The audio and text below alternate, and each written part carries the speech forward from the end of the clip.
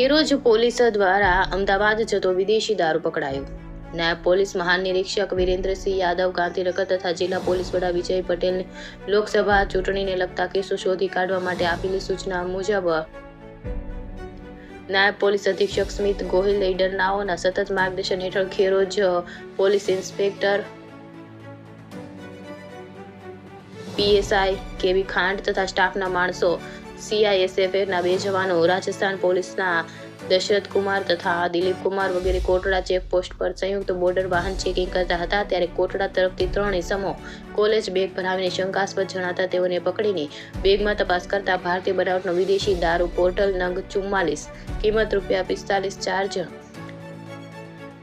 225નો મુદ્દામાલ મળી આવ્યો હતો. આરોપીઓ પિન્ટુ પ્રભુલાલ ખરાડી જે રાજસ્થાનનો રહેવાસી, કમલેશ કાંતિલાલ મીણા તથા ત્રીજો હરિપ્રકાશ દેવીલાલ મીણા વગેરેને પકડી પાડી પ્રોહિબિશન એક્ટ અન્વયે દાખલ કરેલ.